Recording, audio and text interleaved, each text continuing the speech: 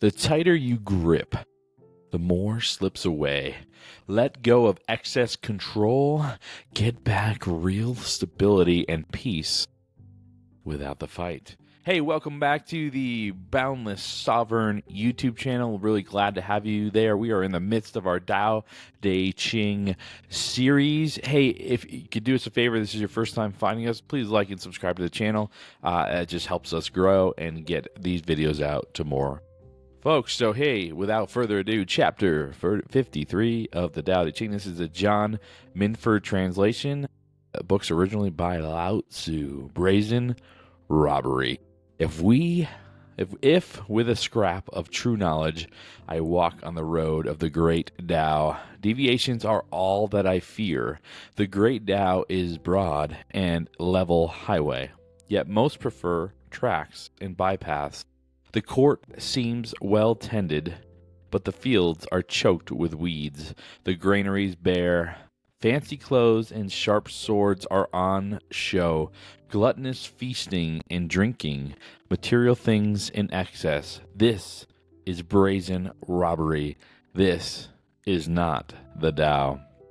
And as with our daily tradition, I'll also be reading from the River Master's commentary on this particular chapter. Lao Tzu has in mind the rulers of his time who refused to walk on the broad road of the great Tao, the highway of non-action.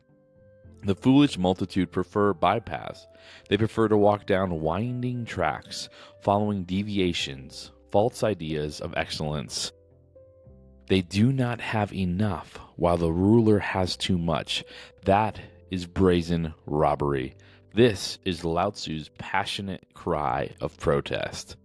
All right, does this remind you of anything? Does this remind you of the world that we live in, where the rich continue to get richer and the poor continue to get poorer, and it seems like there's no end in sight? Although, according to Elon Musk, AI might change all that with universal high income. Love the idea of universal high income. If it truly works the way he had mentioned, although Elon has made lots of crazy potential predictions that didn't necessarily come to fruition. So yeah, the rulers hoarding all of the wealth for themselves. This is just the classic power corruption, right? So, and it doesn't lead to the Tao, because it does create this sense of folks wanting to be rich, right? Because they are looking up to their leaders, and their leaders are hoarding all of the money. I'm also going to read the Master Liu's commentary here, because I think this gives us a little bit more insight. The illuminating scrap of true knowledge comes from the constant practice of the Tao, from continuous observation of the outer radiance, from contemplation of the inner marvel. It comes from single-minded self-cultivation, as opposed to the haphazard pursuit of strange and outlandish ways of thinking and fancy ideas. This is the other thing, right, is that I think folks, and I was guilty of this for most of my life, I mentioned this in one of the more recent videos, is that you get to a point in your life early on where you think, oh, well, I want to be rich like the rich people. I want to be wealthy like the politicians and the corporate leaders. Like, so how do I bypass working hard and just get there? And a lot of times what you see is people living kind of these false lives, right? They're projecting as if they have wealth, but they are really just spending themselves into oblivion and racking up the debt. It comes from single-minded self-cultivation, as opposed to the haphazard pursuit of strange and outlandish ways of thinking and fancy ideas. The core of such pretenders as these, their abode of spirit, may seem well decked out, but it is hollow. It has abandoned the fields of their heart and mind and choked the weeds. Its granaries are bare. Sense apertures stand wide open. Inner vision is dimmed. Inner truth injured. This is not self-cultivation, but pursuit of false knowledge. False knowledge. Again, in the world but not of the world, right? So you are chasing the ideas of the world, the things that the society seems to value, and what you find is that it doesn't fulfill you, and it doesn't lead to a fulfilled life or an epic life. It leads to, in some cases, death, right?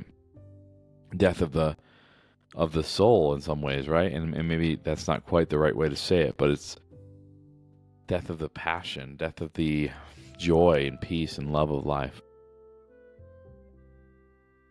This is not self-cultivation, but pursuit of false knowledge. Such as these indulge in fine clothes, they wear sharp swords, argue contentiously, enjoy extravagant banquets, eschew plain grain for fashionable drugs. This is, I mean, it feels like they're talking about society as it stands today.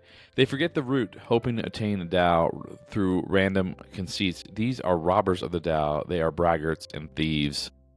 I would say the vast majority of human civilization these days falls into this category, and it's disappointing. It's disappointing. If they can get back to peace, to the present moment awareness, and come and let go of the need for these things and actually get out of this idea of following the path of society. It's really hard, though, especially, oh my God, this day and age. I think 150 years ago, it was probably easier.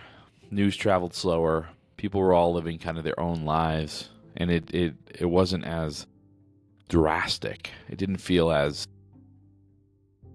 in your face as it does today. I mean, in the modern era, we're just so these things, and I'm guilty too. It's, you got to break free of these. You got to be really